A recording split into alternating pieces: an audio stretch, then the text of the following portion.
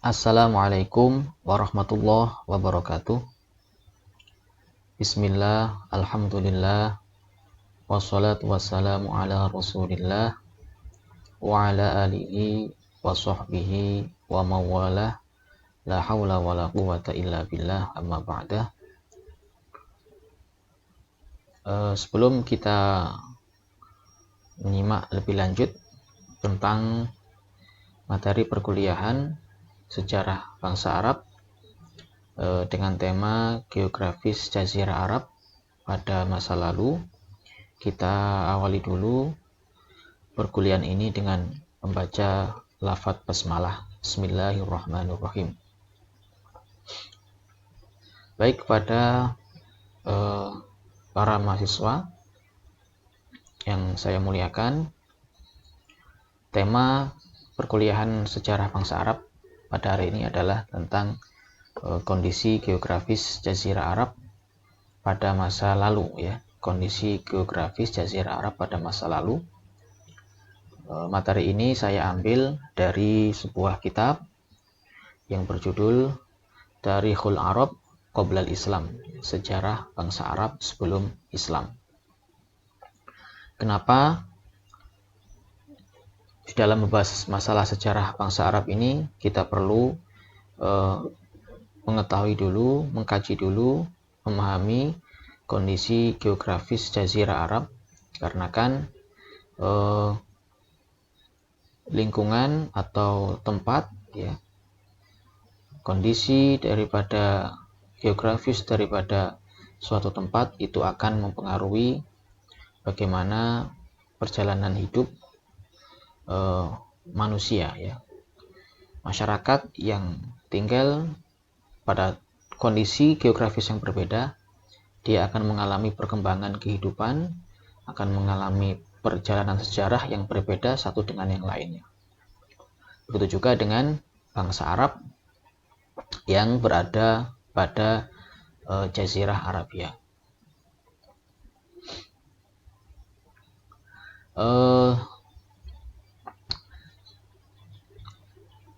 Sebagai pengantar, sini saya memberikan beberapa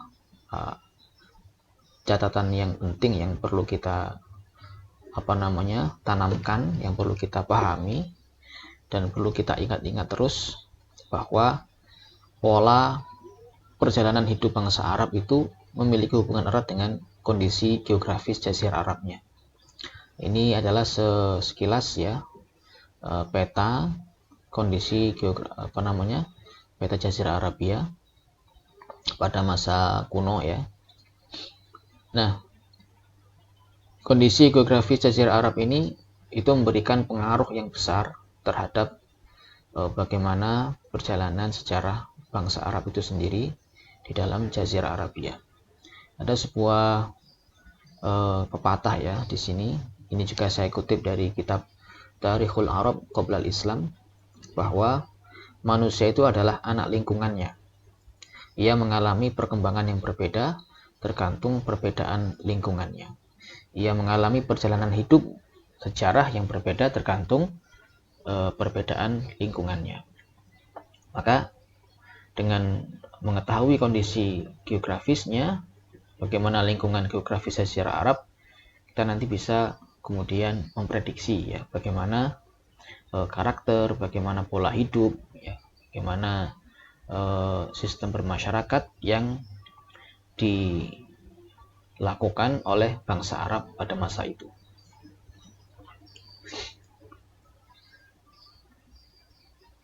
Mengenai kondisi geografis, ini pertama adalah kita membahas tentang letak geografis Jazirah Arab, ya. Jazirah Arab ini merupakan sebuah wilayah, ya, atau area yang sangat luas, ya. Ia berada di bagian barat daya dari benua Asia.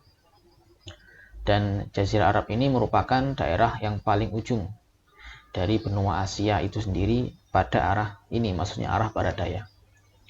Luasnya itu mencapai 3 juta kilometer persegi dan termasuk sebagai pulau terbesar di dunia. Jadi dalam redaksi-redaksi di kitab-kitab sejarah, ya, kitab-kitab tarikh sejarah, terutama di kitab Tarikhul Arab Qoblal Islam, para ulama sejarah itu sebenarnya menyebutnya dengan Shibhu Jaziratil Arab, ya. Shibhu Jaziratil Arab. Shibhu itu artinya mirip. Jazirah itu artinya pulau. Al-Arab artinya bangsa Arab. Jadi pulau bangsa Arab. Kalau digabungkan maka menjadi mirip pulau bangsa Arab. Maksudnya apa? Maksudnya adalah bahwa Jazirah Arab ini sebenarnya memang bukan pulau tersendiri, ya. Bukan pulau tersendiri yang terpisah dari benua Asia. Akan tetapi melihat daripada posisi letak geografisnya yang kemudian dikelilingi oleh laut dan sungai, sehingga seakan-akan dia itu terpisah, ya. Seakan-akan dia terpisah sehingga menyerupai pulau yang ada di tengah lautan. Maka kemudian di dalam kitab-kitab sejarah yang berbahasa Arab itu biasanya disebut Shibhu Jaziratil Arab, ya. Atau bisa dikatakan semi pulau Arab. Kalau Jazirah Arab saja itu pulau Arab, ya. Kalau ada Shibhu Jaziratil Arab, maka dikatakan artinya adalah semi pulau Arab. Artinya dia sebenarnya bukan pulau, tapi dia posisinya karena dia dikelilingi oleh laut dan sungai, seakan-akan dia terpisah dari daratan. Disebut Jazirah Arab, Arab karena penduduknya memang berbahasa Arab, ya, yang berpapasan dengan penduduk tidak berbahasa Arab.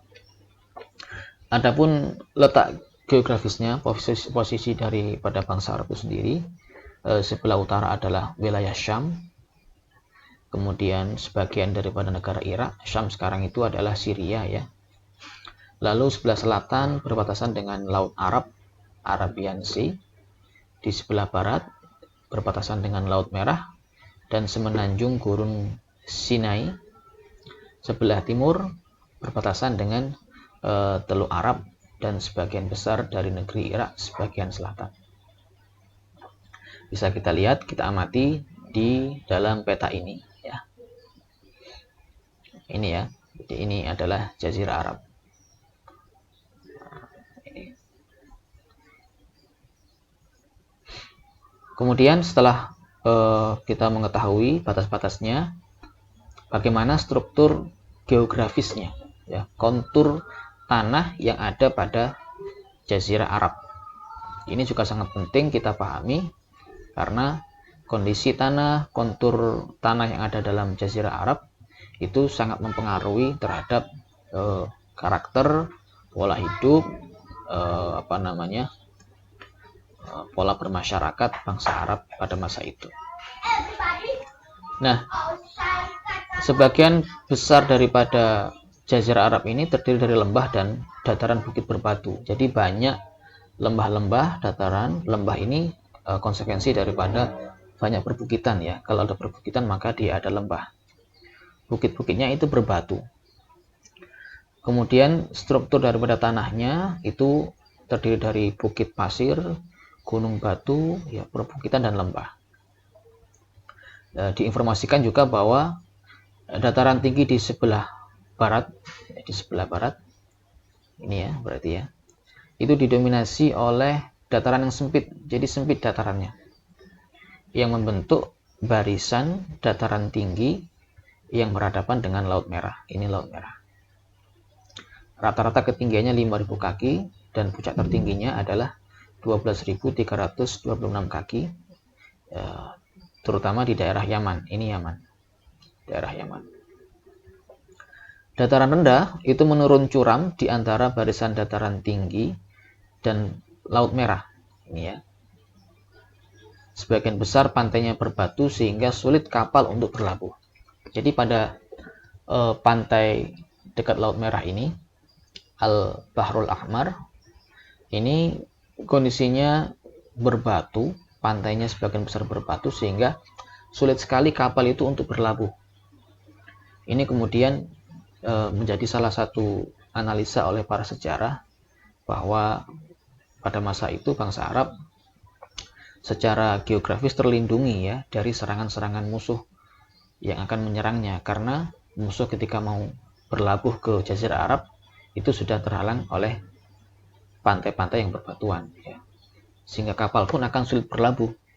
Maka orang mau datang ke Jazirah Arab waktu itu ya enggan, ya, atau sudah kalah dulu dengan medan. Nah, ini sekilas contoh bagaimana struktur daratan di dalam Jazirah Arab, ya. Ini banyak pasir. Kemudian ini adalah bukit-bukit yang berbatuan. Dan ini ada sebuah seperti rumah, ya, peninggalan zamannya Nabi Soleh, ya, peninggalan zamannya Nabi Soleh yang disebut dengan Madainus Solih. Nah, ini ukir-ukiran manusia pada masa lalu, ya, pada masa lalu 2000 beberapa ribu tahun sebelum Masehi. Kemudian dataran yang agak tinggi berada di bagian timur. Di bagian timur Jazirah Arab itu datarannya agak tinggi. Kemudian menurun hingga ke Teluk Arab dengan penurunan bertahap dan panjang. Bagian tengah dari Jazirah Arab itu terdiri dari dataran hingga 2.500 kaki. Kemudian deretan pegunungan mendominasi daerah pantai selatan dan daratan di sekitarnya hingga ke Pegunungan Yaman. Banyak lembah di sana yang memisah antara deretan pegunungan di berbagai arah dan membatasi arah air dan daratan. Lalu Bukit Hijau itu berada pada deretan pegunungan ini dengan ketinggian 10.000 kaki. Jadi kira-kira seperti ini gambarannya. Pegunungan-pegunungan, kemudian lembah-lembah yang ada di Jazirah Arabia. Ini Bukit Hijau, artinya bukit yang kemudian di atasnya itu masih bisa tumbuh tumbuh-tumbuhan. Nah, kalau ini sama sekali tidak bisa ditumbuhi tumbuh-tumbuhan, ya. Jadi betul-betul kontur daripada tanah di Jazirah Arab pada masa itu sangat, ya, keras sekali, ya, untuk kehidupan bangsa Arab pada waktu itu. Struktur daripada tanah geografis Jazirah Arab itu ada beberapa pembagian, ya. Pertama adalah nufud. Ini gurun pasir, ya, yang tersusun dari pecahan batu granit yang ada di bagian utara Jazirah Arab antara Najd dan Syam. Jadi di atas ini, di utara sini. Dan antara Najd dan memanjang sejauh 140 mil dari utara ke selatan, ya, dari utara ke selatan sejauh 140 mil dan 180 mil dari timur ke barat. Tertutup bukit-bukit pasir bergelombang ketinggian sampai 15 meter. Jadi seperti ini, ya. Ini pasir semua, ini pasir semua, ya. Kemudian ada wilayah yang disebut dengan Ad-Dahna. Ini adalah padang pasir merah dari Nufud utara hingga Hadramaut, ya. Mirip seperti halnya Nufud, ya, Ad-Dahna ini, karena dia padang pasir juga. Bagian selatan disebut dengan Ar-Rubul Kholi. Ar-Rubul Kholi ini artinya seperempat kosong, artinya daerah ini itu betul-betul kosong karena tidak ditinggali manusia di sana. Bagian barat disebut dengan Al-Ahqaf atau bukit pasir yang di musim hujan itu tumbuh rumput, ya. Jadi kira-kira seperti ini gambaran daripada Ad-Dahna itu, ya. Nah, ini sekilas, ya. Ada Shibhu Jaziratil Arab, An-Nufud, kemudian Ad-Dahna dan Ar-Rubul Kholi, ini, ya. An-Nufud di sini lokasinya, Ad-Dahna di sini, dan Ar-Rubul Kholi di sini. Jadi ini yang ada di berwarna coklat ini, dia mayoritas terdiri dari dataran-dataran yang luas, yang atasnya itu ditutupi dengan pasir-pasir itu, ya, padang pasir. Nah, ini yang saya sebutkan tadi, ada namanya Shibhul Jaziratil Arabiyah, ya, semi pulau Arab, ya, karena memang seperti pulau terpisah tapi dia masih dalam satu benua dengan benua Asia.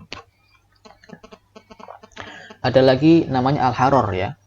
Apa itu? Tanah vulkanik, dataran yang tertutupi batu hitam, ya, seakan terbakar api, yang sepanjang bagian barat jazirah dari timur, ya, Hauran hingga ke Madinah. Madinah sendiri di antara dua Haror-Haror, Wakim di timur dan Haror Wabar di barat ya. Nah, jadi seperti ini ya. Haror itu adalah dataran yang tertutupi oleh batu-batu yang berwarna hitam yang seakan-akan dia terbakar oleh api. Jadi betul-betul keras dan gersang. Ada lagi ad-darorot, yaitu tanah yang dikelilingi oleh perbukitan dan mengandung sejumlah air tanah ya. Jadi ini bagian-bagian daripada Jazirah Arab yang lebih subur dibandingkan dengan bagian yang lainnya, di mana tumbuh-tumbuhan dan tanaman gurun bisa tumbuh. Tempat yang banyak padang rumput ada di Syam Timur. Jadi kegiatan bangsa Arab pada masa lalu seperti menggembala kambing dan lain sebagainya itu banyak dilakukan di daerah yang namanya Ad-Darorot ini ya. Karena di sana masih bisa tumbuh rumput, bisa tumbuh tanaman gurun ya. Dan kalau di daerah di Syam Timur itu banyak padang rumput di sana. Ada Al-Jibal, ya, Al-Jibal ini gunung ya. Barisan gunung dari bagian selatan Syam, utara ke Yaman bagian selatan. Berhadapan dengan pantai Laut Merah. Tadi yang di awal tadi memanjang berhadapan dengan pantai Laut Merah. Kemudian sungai dan lembah, tidak ada sungai besar. Jadi di Arab itu tidak ada sungai besar pada masa itu. Lembah berisi air itu jika musim hujan, ya. Hanya sedikit lembah yang berairnya berasal dari Laut Merah atau Teluk Arab. Jadi ini adalah gambaran lembah yang berisi air ketika musim hujan ya. Ketika musim hujan. Ini adalah Al-Jibal, barisan gunung. Al-Jibal. Betul-betul gunung yang berbatu ya. Tidak seperti di Indonesia gunungnya subur-subur, banyak pohon. Ada hujan yang turun di Jazirah Arab. Terkadang hujan turun di perbukitan Yaman pada musim kemarau, lalu turun di Tihamah pada musim hujan, turun di Taif di akhir musim kemarau. Di daerah tengah Jazirah Arab, hujan itu turun dari air Teluk Arab. Artinya ada angin yang berasal dari Laut Teluk Arab itu dan Laut Merah, yang kemudian berakhir di puncak Gunung Syummar. Hujan juga terkadang turun di Hijaz, di kota Mekah. Ya, di daerah Mekah itu 3 kali dalam 1 tahun. Angin yang bertiup di Jazirah Arab ada 4 macam ya, yang berbeda-beda dalam hal kedinginan, kemudian kontur dan lembutnya. Ada angin Qabul ya, ini bertiup dari timur. Ini merupakan angin terlembut dan terbaik ya, angin Qabul.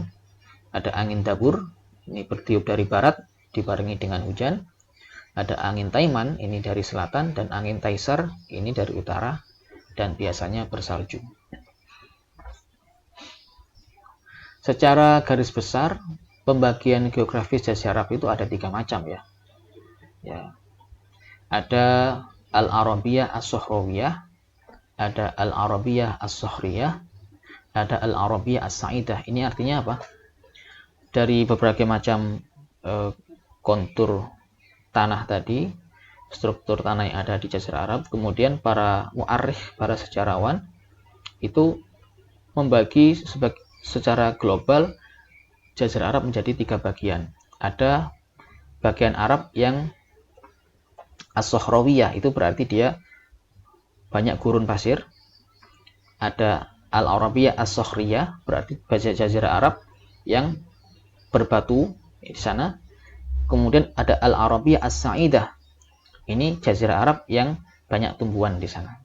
Jadi dibagi menjadi 3, ada daratan Jazirah Arab yang dipenuhi oleh pasir-pasir, didominasi oleh pasir, kemudian ada daratan yang didominasi oleh batu, dan daratan yang didominasi oleh tumbuh-tumbuhan. Artinya daratan di Al-Arabiyah As-Sa'idah ini dia bisa digunakan untuk kegiatan bercocok tanam ya, seperti bertani dan kemudian juga berdagang, itu dilakukan di sana. Karena secara kecenderungan manusia itu akan ramai di tempat-tempat yang subur, seperti mengembala, kemudian berdagang, itu di tempat-tempat yang subur. Ini ya, ini as-Sohrawiyah, kemudian ini as-Sokhriyah, dan ini as-Sa'idah. As-Sa'idah sendiri artinya bahagia, artinya kebahagiaan itu, kesenangan itu didapatkan kalau manusia bangsa Arab waktu itu tinggal di daerah yang subur. Pada masa Islam, sejarawan membagi menjadi 5 ya daerah Jazirah Arab, yaitu ada namanya Hijaz, kemudian An-Najd, ya Hijaz ini, kemudian ada Yathrib ya, Madinah, dan Makkah. Itu termasuk daerah Hijaz, yang termasuk daerah yang paling subur ya di antara yang lain. Yaman juga subur, ada Al-Arud, ada Najd, ini daerah yang gersang sekali. Lalu ada At-Tihamah, ada Tihamah, ini daerah yang dekat dengan deretan bukit-bukit yang tinggi tadi. Kondisi geografis Arabiah itu sangat memiliki pengaruh besar terhadap kejiwaan masyarakat bangsa Arab pada saat itu ya.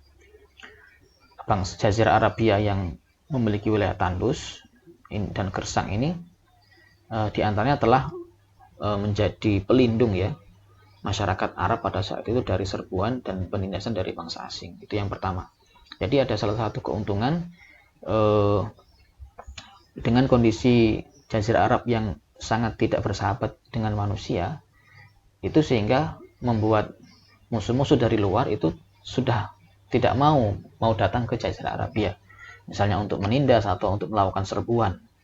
Nah, sehingga dalam beberapa literatur itu juga disebutkan lembah kota Mekah itu, lembah Hijaz itu dijadikan sebagai tempat pelarian dan pelindungan bangsa-bangsa Arab, karena posisinya itu betul-betul terlindungi oleh bukit-bukit, deretan bukit ya, yang sulit dilalui oleh musuh dari luar Jazirah Arabia.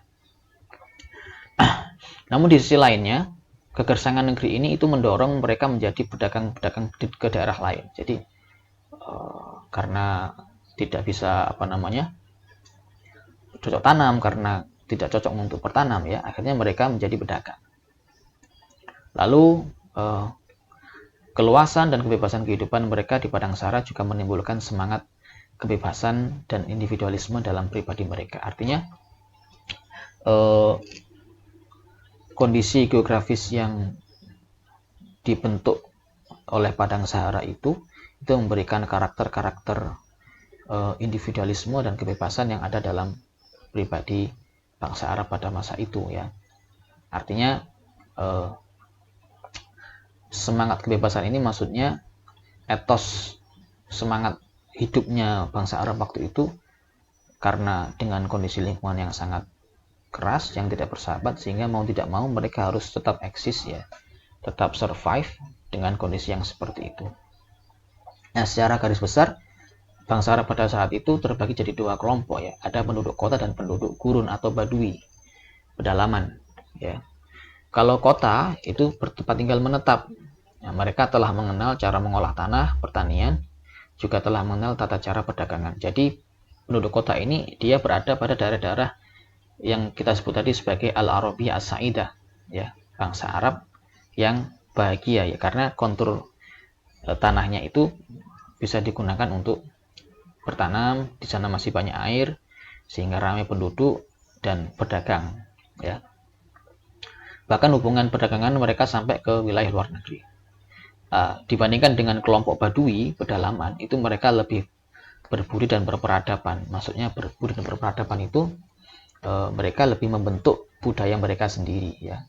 Bahasa Arab mereka masih murni ya, karena di dusun ya itu masih murni bahasa Arab. Kalau di kota itu sudah bercampur dengan bahasa-bahasa yang lain. Nah, kelompok badui ini dia modelnya itu hidupnya berpindah-pindah atau nomaden ya. Jadi mereka membawa gembala, kemudian kambing itu gembala kambing di satu padang rumput, kemudian setelah habis maka dia pindah ke tempat lain. Sehingga mereka tidak memiliki rumah yang tetap ya. Nah, dalam tengah perjalanan biasanya mereka itu beristirahat pada suatu tempat dengan mendirikan kemah atau tenda, mengendarai unta, menggembalakan domba dan keledai, berburu dan menyerbu musuh, ya, menurut adat mereka merupakan pekerjaan yang pantas untuk laki-laki, ya. Jadi masyarakat Badui pada masa saat itu di Jazirah Arab itu hidupnya menggembala kambing, keledai, berburu dan menyerbu musuh. Tidak seperti yang ada di Arab yang di perkotaan, ya. Baik, itu sekilas daripada kondisi geografis yang merupakan tema pertama sejarah bangsa Arab pada pertemuan kali ini. Semoga memberikan gambaran kepada kita semuanya bahwa betapa kondisi geografis Jazirah Arabia yang seperti itu, yang kurang bersahabat dengan manusia, yang tandus, yang gersang, ya, banyak pasir, banyak batu, tumbuhan sedikit, air sedikit, yang kemudian di sana ternyata masih banyak penduduk-penduduk yang bisa survive, yang bisa bertahan. Ini kemudian membentuk sebuah karakter yang kuat yang ada pada diri pribadi bangsa Arab pada masa itu. Baik, kita akhiri materi kondisi geografis Jazirah Arab pada pertemuan kali ini. Ya, kita tutup dengan baca hamdalah. Alhamdulillahirrahmanirrahim. Untuk lebih rinci dan detailnya bisa kemudian kalian baca kitab atau buku Sejarah Arab Sebelum Islam atau Tarikhul Arab Qabla Islam. Kalau buku terjemahannya itu ada Sejarah Arab Sebelum Islam karya Dr. Jawad Ali Mughniya, ya. Sejarah Arab Sebelum Islam itu ada diterjemahkan dalam 5 jilid, ya. Saya kira itu dari saya. Detailnya silakan dibaca kembali bukunya. Mohon maaf. Wassalamualaikum warahmatullahi wabarakatuh.